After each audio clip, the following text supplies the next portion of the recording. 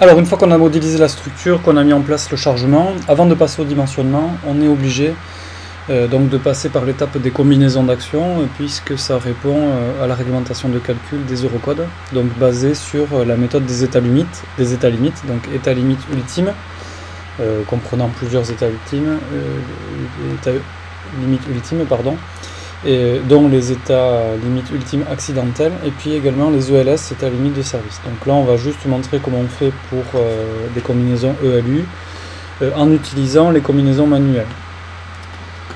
Donc pour ceci, je vais dans chargement, combinaison manuelle, je vois ici que je peux choisir combinaison automatique, on verra ça plus tard. Donc combinaison manuelle, je vais pouvoir ici choisir quel type de combinaison je veux générer, donc par exemple une combinaison ELU, et je vais l'appeler ELU1, par exemple, et je fais OK.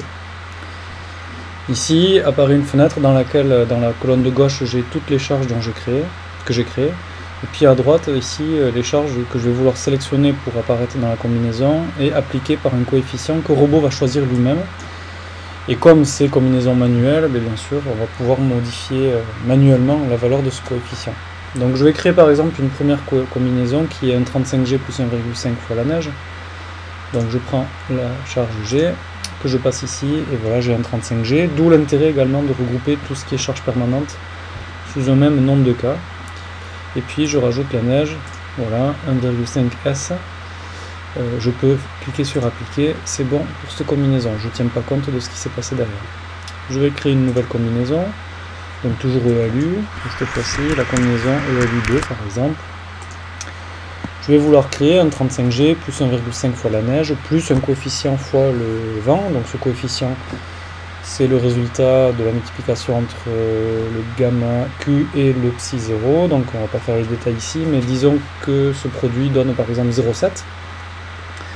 Donc je rajoute un 35G, voilà, plus la neige, 1,5, plus le vent, et si je regarde bien, le vent il a appliqué un coefficient 1,5, qui est le coefficient partiel de sécurité pour les actions variables.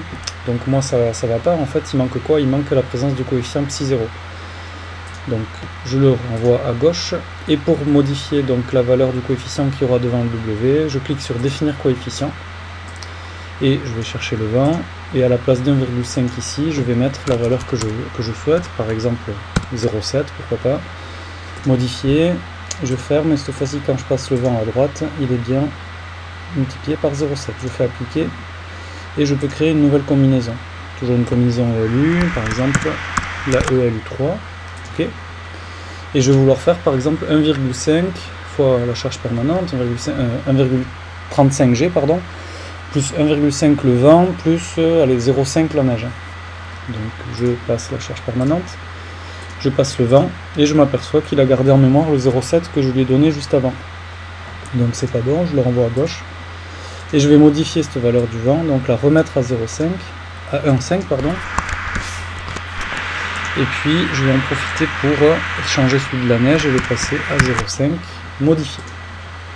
Et cette fois-ci, quand je vais mettre le vent, il va bien être appliqué d'un coefficient 1,5 et la neige de 0,5, etc., etc. Le principe est le même pour les combinaisons accidentelles et pour les combinaisons ELS. J'applique, je ferme et je lance les calculs. Et j'oublie pas d'enregistrer au passage.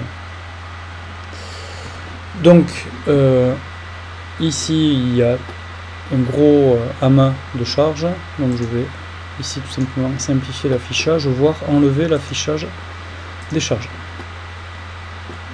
Voilà. Donc, avant de passer au dimensionnement, on va faire un petit peu d'analyse mécanique de la structure. Par exemple, on peut tracer le diagramme du moment fléchissant, donc diagramme bas, moment fléchissant, que j'applique sur la structure.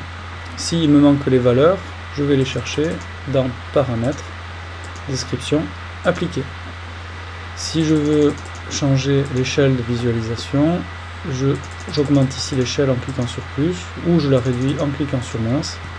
Sinon, je fais confiance à robot en cliquant sur normaliser, etc., etc. Je rappelle qu'ici est affiché à l'écran le moment fléchissant sous l'effet des charges permanentes toutes seules.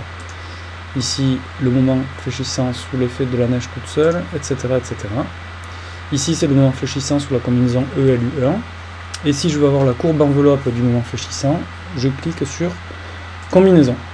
Et j'ai ma courbe enveloppe de mouvement fléchissant. Si je veux avoir un peu plus de renseignements, puisque là ça me donne une allure, des valeurs maximales, il faut que j'aille chercher les résultats sous forme de tableau. Donc résultats, ici, toute cette famille comporte des tableaux pour les efforts de réaction, les déplacements. Ce qui va m'intéresser pour moi, c'est les efforts internes. Donc ici, un tableau relativement complet où pour toutes les barres et pour tous les cas de chargement, j'ai la valeur des efforts internes au nœud de départ et au nœud d'arrivée. Donc un peu trop d'informations pour moi, je vais plutôt choisir l'onglet ici enveloppe. Je me pose la question de savoir où est la valeur maximale du mouvement fléchissant, pour quelle combinaison, sur la structure. Donc déjà je peux enlever les deux premières colonnes qui correspondent à l'effort normal et à l'effort tranchant. Donc je clique droit ici, colonne, et j'enlève l'effort normal et l'effort tranchant, ok. Ensuite donc il me donne les valeurs. Alors par défaut il va me donner les valeurs enveloppe au niveau des nœuds. Vous voyez, pour chaque barre il va juste donner la valeur au nœud d'arrivée, au nœud de départ. Si je souhaite avoir plus de renseignements, je clique sur droit, je vais dans colonne, tout à la fin je vais chercher point de division, et là où il y avait 2 initialement, je vais par exemple mettre 200, et je clique sur OK. Et par exemple ici je vois que pour la barre 3, le moment fléchissant maximum positif vaut 53,35. Il est atteint au 21e 21 200e de la poutre pour la combinaison 6. Ok, donc je vais retourner voir un petit peu sur la vue. Donc pour la barre 3, okay, que j'ai ici, effectivement la valeur est de 53,35. 21 200e, c'est quand même relativement proche du nœud de départ.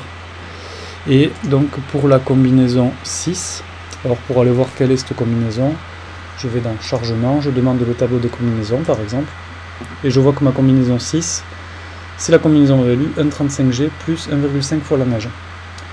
Et c'est pas 1,35G plus 1,5 fois la neige plus le vent, puisqu'ici, dans ce cas-là, dans notre cas, le vent étant en soulèvement, il a plutôt tendance à soulager la traverse. Voilà.